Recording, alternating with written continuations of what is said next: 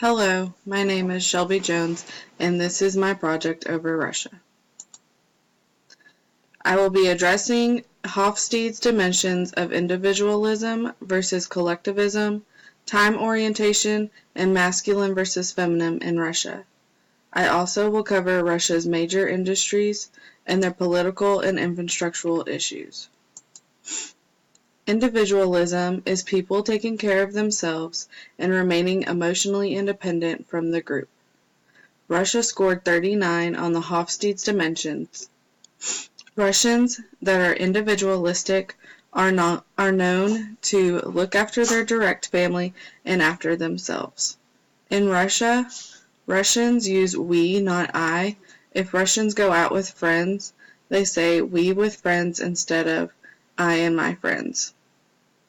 Russians may also talk about their brothers or sisters, but really they are talking about their cousins. Individualist Russians need to be personal, authentic, and trustful before that one can focus on tasks. Collectivism is a concern for the group rather than for the individual. Collectivist Russians take care of people in groups that take care of them in exchange for loyalty.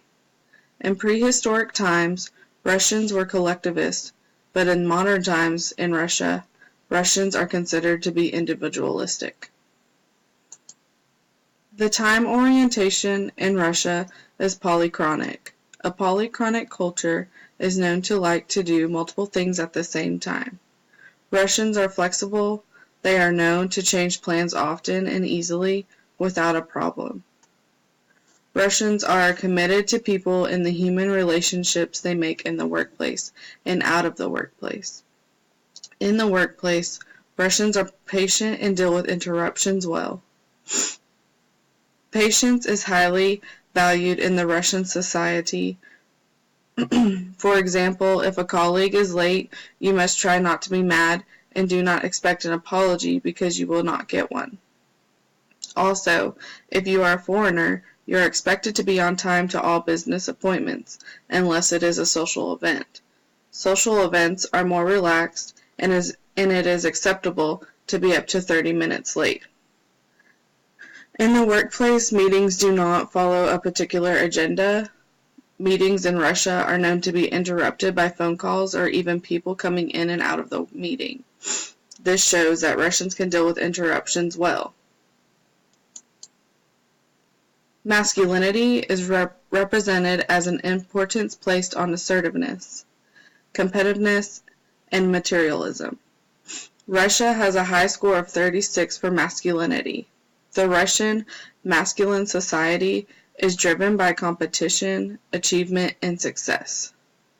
Success is determined by a value system that starts in school and continues throughout the organizational life. Masculine are known in Russia as wanting to be the best. Feminine in Russia are concerned for quality of relationships and of work life, nurturing, and social well-being. In Russia, feminine score low on the dimension. This means that the dominant values in society are caring for others and quality of life. Quality of life is a sign of success to feminine, but standing out from the crowd is not admirable. Feminine are known in Russia for liking what you do. There are many major industries in Russia, as you can see. The three major industries are oil and gas, mining, and aircraft building. Oil and gas is the number one industry in Russia because it is the largest contributor to the Russian economy. The other industries are beneficial to the Russian economy, but they do not have as much of an effect on the economy like the oil and gas industry does.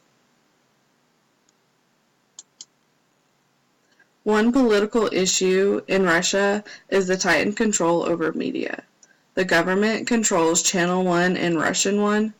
These are two of the three main federal channels. The tightened media could be a problem for a new business.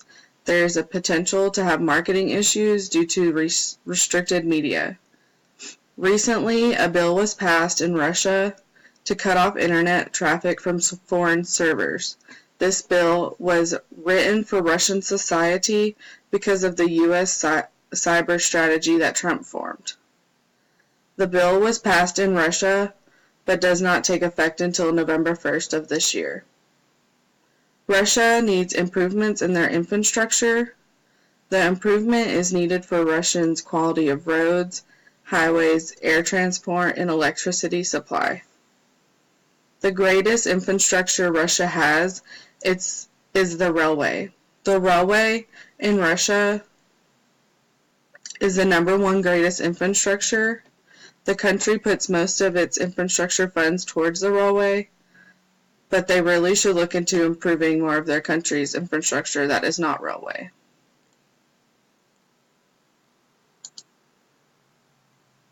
Infrastructure development for businesses deciding to become an international company in Russia are beneficial because Russia has lower cost of production, increased competition, and increased productivity. And increased productivity is a key goal for Russian companies. In the next slide, I just showed my works cited. Thank you.